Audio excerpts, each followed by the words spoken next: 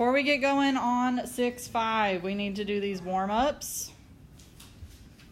The first two talk about finding the midpoint. Now, many of you claim you do not remember how to do this from last semester. So let's go over it.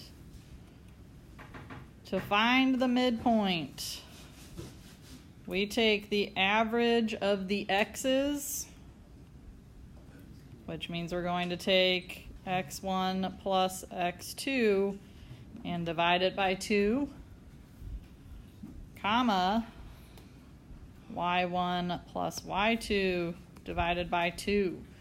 Take the average of the coordinates, meaning you add the x's together, divide by 2, add the y's together, divide by 2, and you end up with a new ordered pair.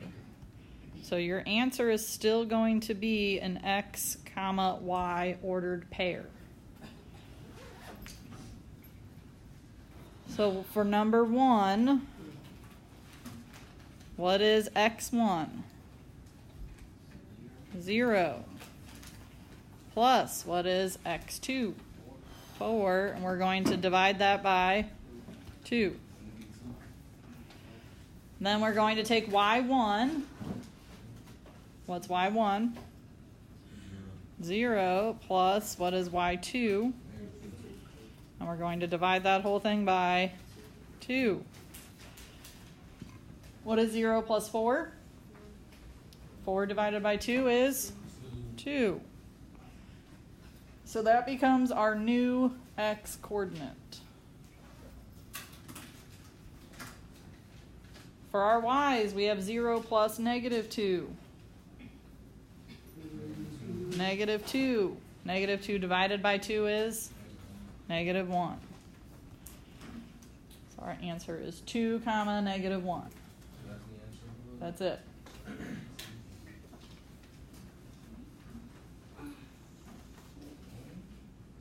Questions about number 1?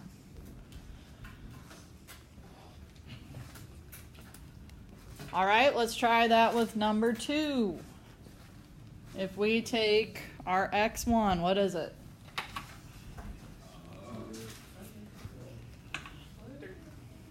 Our x1 is 3 plus our x2, negative 7. Divide that whole thing by 2. And then we take our y1, which is negative 5 plus our y2, negative 1, and divide that whole thing by 2. 3 plus negative 7 would give me negative 4. Negative 4 divided by 2 is negative 2. That's my x coordinate. Then to find my y coordinate, I have to take negative 5 plus negative 1. Negative 6, divide that by 2, we get negative 3. To find the midpoint, we just take the average. That gives us the middle. Add together, divide by 2. That's an idea that we're going to need today. Anybody need more time or have questions before I erase all this midpoint stuff from the top? Okay. And we are erasing that so that we can solve these equations that we've got at the bottom. All right, on my number 3, I'm solving for y. What's the first thing that I'm going to need to do? We can't combine any terms at the moment. Distribute what? Distribute the 1/2. So we have 25 equals 8 plus 1/2 y. Okay, if you would rather write this as y over 2, that's the same thing. Half of y. Whichever way you prefer to write it. Okay, what do I need to do to get the y alone now? Subtract 8. Subtract 8. Oh, we gotta subtract first, Martez. Subtract 8, we get 17 equals Y over 2. y over 2. Last step, Martez. Multiply by 2. What do we get for y? 34.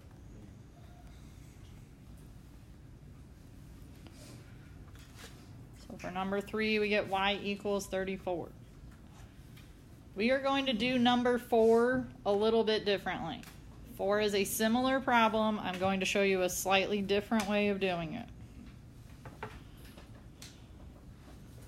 On number 4, instead of distributing, what could I multiply both sides by that would get rid of the fraction? 2. If we multiply both sides by the reciprocal of the fraction, it will get rid of the fraction. So if I multiply this side by 2 so that I can cross off my fraction, I also have to multiply the 26 by 2. What's 26 times 2? 52. If I got rid of that fraction, it canceled out with my 2. What's left over there?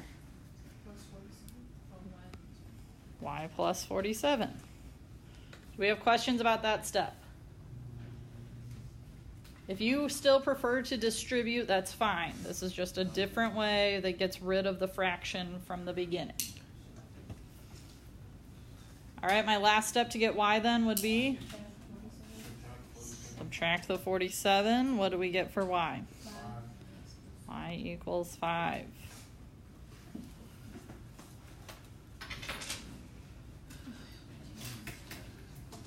Questions about our warm-ups? Okay. All right. First up, we've got a trapezoid. So if we would like to fill in our objective, it's going to be to use properties of trapezoids. That would be our objective at the top of this. We are going to use properties of trapezoids. We'll talk about 2 different types. For just a traditional trapezoid, a normal one, it is a quadrilateral with exactly 1 pair of parallel sides. 1 pair of parallel sides. So is it a parallelogram? No, because a parallelogram has 2 pairs or both pairs of opposite parallel sides. So for a trapezoid, it's just going to be 1 pair. So in our little diagram here, this yellow trapezoid, it's going to be the top and the bottom lines here that are parallel.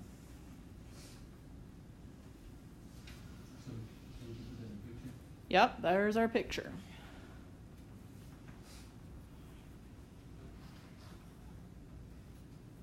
Remember, those little triangles show that those lines are parallel.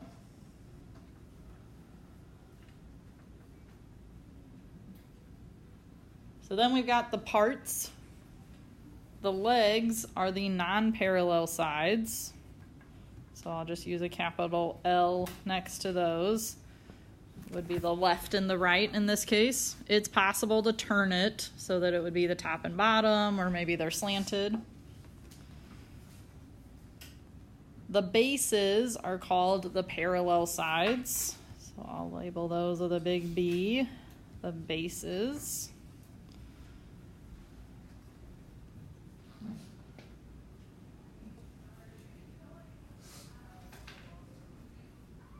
The median is the segment that joins the midpoint of the legs. What does a midpoint do?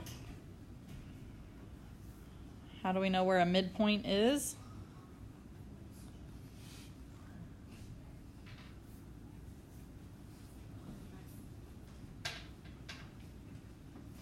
Nobody remembers anything about a midpoint.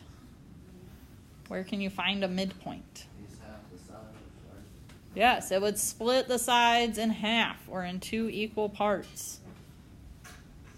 So if I have a midpoint on this leg, it means that these 2 pieces are congruent.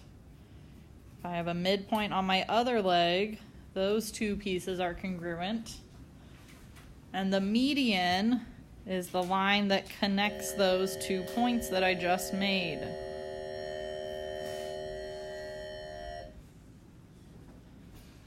You may also see a median referred to as a mid-segment.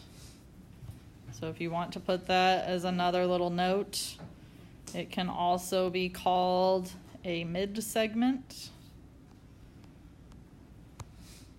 It's talking about the same thing, median and a mid-segment.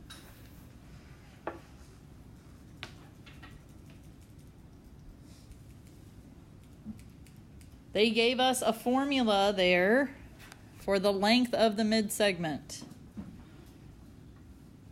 Much like when we found a midpoint with coordinates, we can find the length of a mid-segment if we add the bases together and divide it by 2 or multiply it by 1/2. Take the average of them. And we have one final property at the bottom that says the median is parallel to the bases. So I could also put a little triangle on that median. All 3 of those are going to be parallel.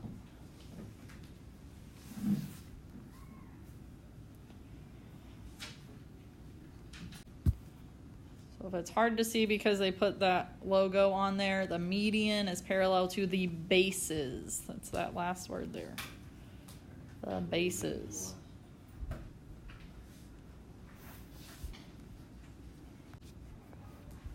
All right, next up is an isosceles trapezoid. It's going to be very similar to what we just talked about. In this case, it is a trapezoid that has congruent legs. Congruent legs. So we still are only going to have one pair of parallel sides. Let's see if we can get a decent picture up here. We're going to have a pair of parallel sides, and we are going to make the legs congruent. Make these legs congruent. So we're just going to mark them congruent so that we know that they are. Apparently the hard part is drawing this other segment. There we go. All right.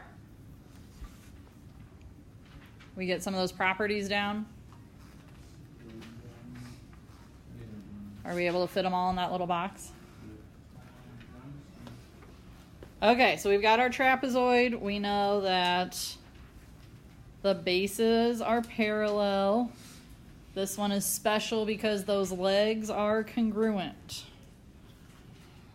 So this whole leg congruent to that whole leg. Additionally, we know that the lower base angles are congruent. So the lower base angles, that means they're on a base, they're at the bottom. We're going to mark those 2 angles congruent to each other. Are you getting this filled in our picture? Not yet. You're still working on those properties? The upper base angles are also going to be congruent. So we can mark those congruent to each other. Remember, this is similar to an isosceles triangle where the legs are congruent and the base angles are congruent.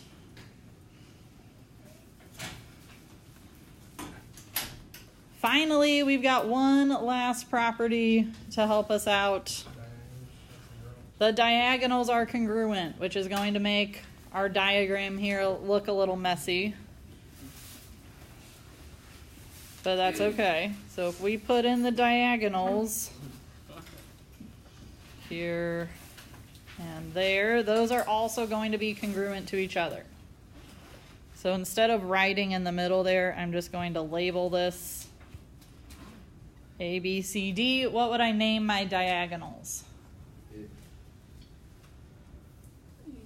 AC and, so AC is congruent to BD or DB.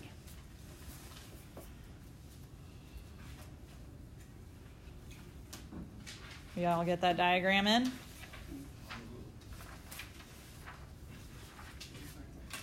All right, there's a note down at the bottom that I would make sure I also include. Either lower base angle is supplementary to either upper base angle.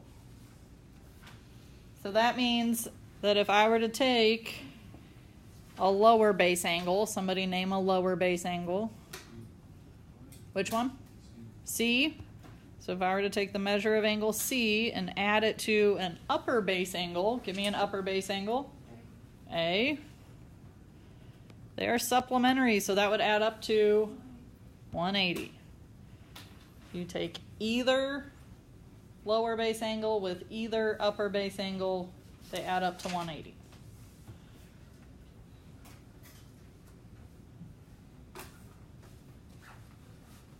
Anybody need more time on this one? First, I need to label this before you're able to identify them.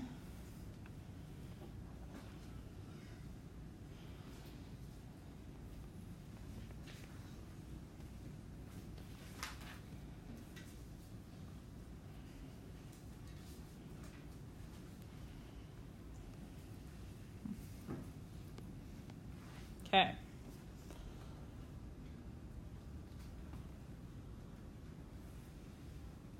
Not perfect, but it's good enough for us to be able to talk about it.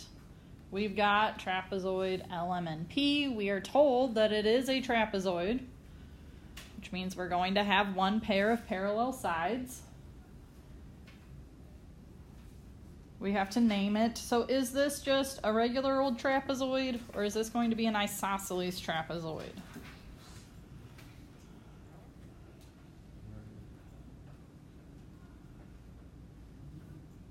So here's kind of how we can tell. Do we see these tick marks I made on the sides here? Okay. Okay, so did I label one side as being the same and the other side as being different, or are they all the same?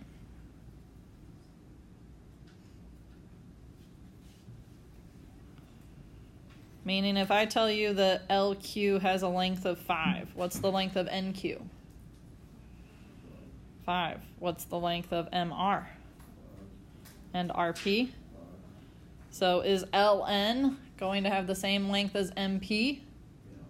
Yes. If all of these little pieces are congruent to each other, then that means that the legs are congruent to each other, which makes it what kind of trapezoid? Isosceles. This is an isosceles trapezoid. I'm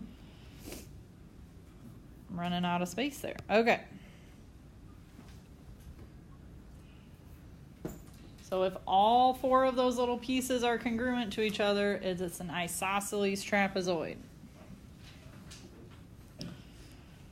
What are the bases? LM and NP, those are the ones that would be parallel to each other. We could put the triangles on to show that those are the parallel ones. Segment LM and segment NP would be my bases. What about my legs? LN, yes, and MP. Those are the ones that are not parallel. What are my base angles? All of them are base angles, right? It didn't say upper or lower. So my base angles, if we were to pair them up, angle N would be paired with what angle? P. Angle P. Those are on the same base. And we would pair angle L with angle M. Those are on the same base up at the top. What's the name of my median? QR, segment QR. Notice that when I'm naming bases, legs, and medians, those are segments, not just points. We all get that labeled and identified? Okay. Wait, what was the median? Median was QR. All right, let's get this one labeled also.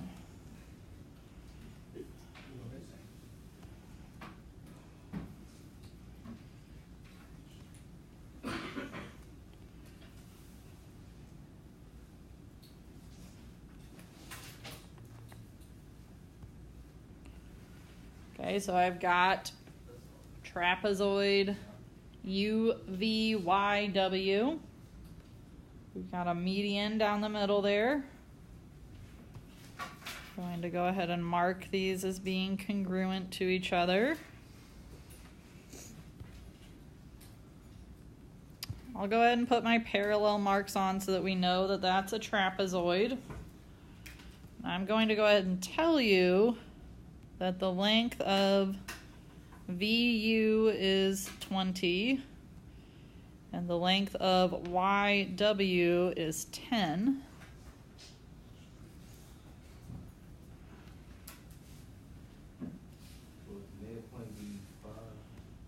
And I'm also going to tell you that this whole segment has a length of 6. So from U to W has a length of 6.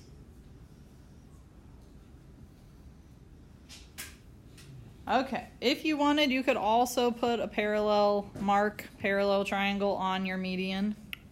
All right, that one's also parallel. And let's get some angles labeled in here.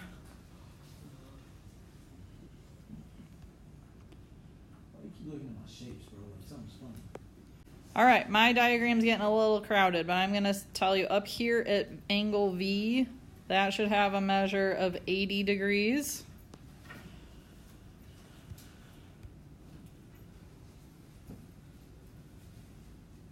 And we'll talk about angles 1 and 2 being at Y and W. All right, now that we've got this all set up, we can start talking about some of it. The first thing they ask us for is WX. It's probably one of the easiest things to find. Okay, WX and XU have to be the same. They're marked as being congruent. The whole thing is 6. Half of it would be 3. What about TX?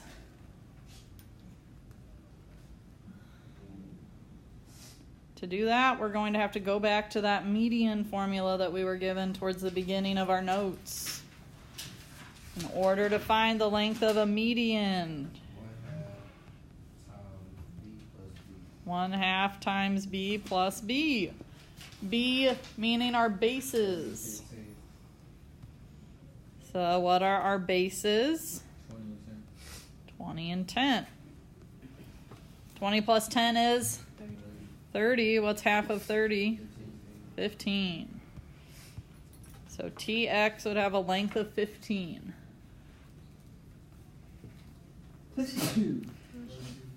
All right. Next up, we've got to find the measure of angle U.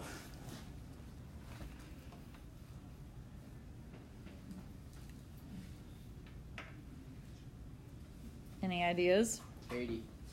Why would it be 80? Because B is 80 and they're finger angles. Okay, this is a special type of trapezoid. It is an isosceles trapezoid. How do we know that? Because the bottom angles are congruent and the top angles are congruent. Not the angles, but these little tick marks. We just did that on the last one where we just had to label it. If all those tick marks are the same, then VY is also going to have a length of 6, making the legs congruent. So this is an isosceles trapezoid. In an isosceles trapezoid, what's true about the base angles? They're congruent. That makes U equal to 80 degrees as well. with him when I see him. Okay. So what's going to be true about the angles 1 and 2? They're also going to be congruent, but we have to be able to figure out what they are. In order to do that, we go back to a different property. Our consecutive angles here, if we look at this, we've got parallel lines. I know it's a little hard to see with all this stuff up here, but we've got those parallel lines and a transversal cutting it. Do we all see that? This is going back to last semester. Angle 1 and this angle at V labeled 80, those are consecutive or same side interior angles. What's true about same side interior? They equal 180. They're supplementary. So angle 1 is going to have to measure. What is it?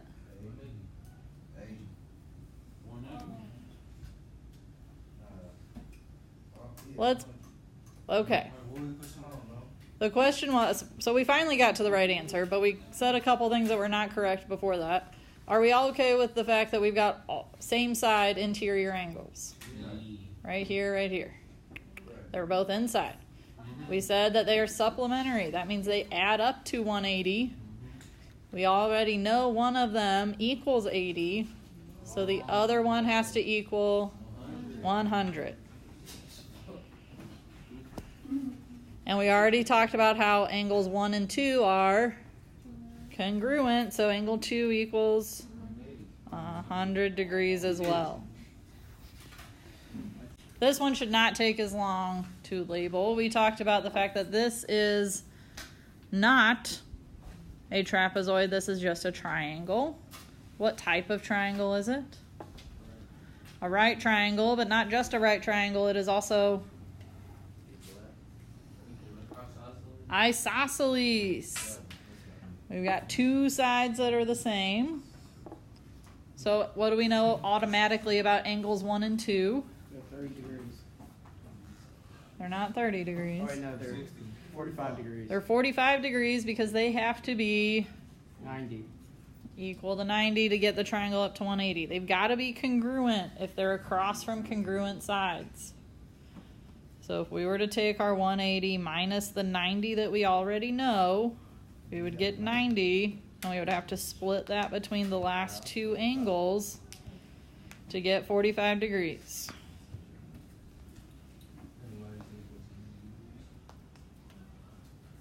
Side YZ is the hypotenuse of this triangle. To find the hypotenuse of a 45, 45, 90 triangle, we have to take the leg and multiply by what, Keon? Radical 2. So YZ has a length of what? 12 radical 2.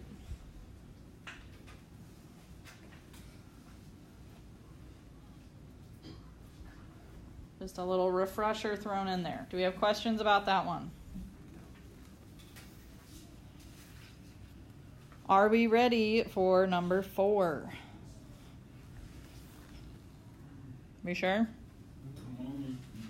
Okay, here we go.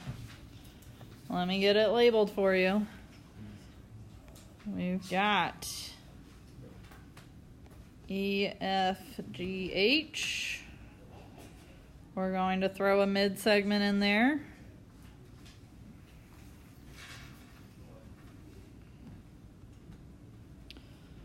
Let's see. Is this one going to be isosceles? No, it's not.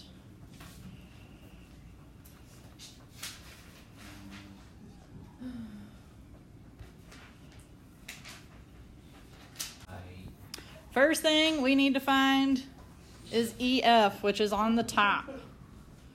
This is a little bit different from the last one that we did because this time they gave us the median and one of the bases. So we're going to go back to that same formula. The median is 1/2 base plus base. This time we know the median. What is it? 10 equals 1/2. What's one of our bases? 16. Do we know the other one? No. So that's what we're going to be finding. So which way do we want to do this from the warm-ups? The first way or the second way? Second way means we're going to multiply both sides by 2. 10 times 2. What's left on the other side? 16 plus b. Subtract 16. What do we get for b? 4. So the measure of EF is 4. All right. To find angle 1, we again are going to look at the fact that we've got these parallel lines. If you want, you can put your little triangles on them. We've got these parallel lines, top and bottom, with a transversal on the side. So what is angle 1 going to have to measure? 60. No. These two angles on same side interior are the same? No. Same side interior are supplementary. So angle 1 has to be 70 degrees.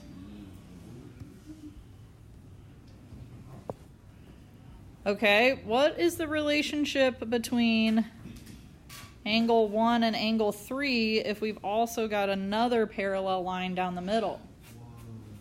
1 and 3 are what? We do know how to do that. Are they alternate interior? Alternate exterior?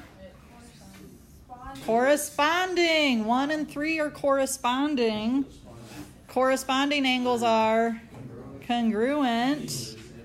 So 3 is also 70 degrees. We need to jump back over to this other side. If we know that we've got a 60-degree angle here, how can we find angle 5? If they're on the same line. It's going to be 120. Angle 5 has to be 120 because 120 and 60 make up 180, which is a straight line. Angle 5 is corresponding to which other angle? 4. 4 and 5 are corresponding, so 4 has a measure of 120. 2 is corresponding to which angle? 60.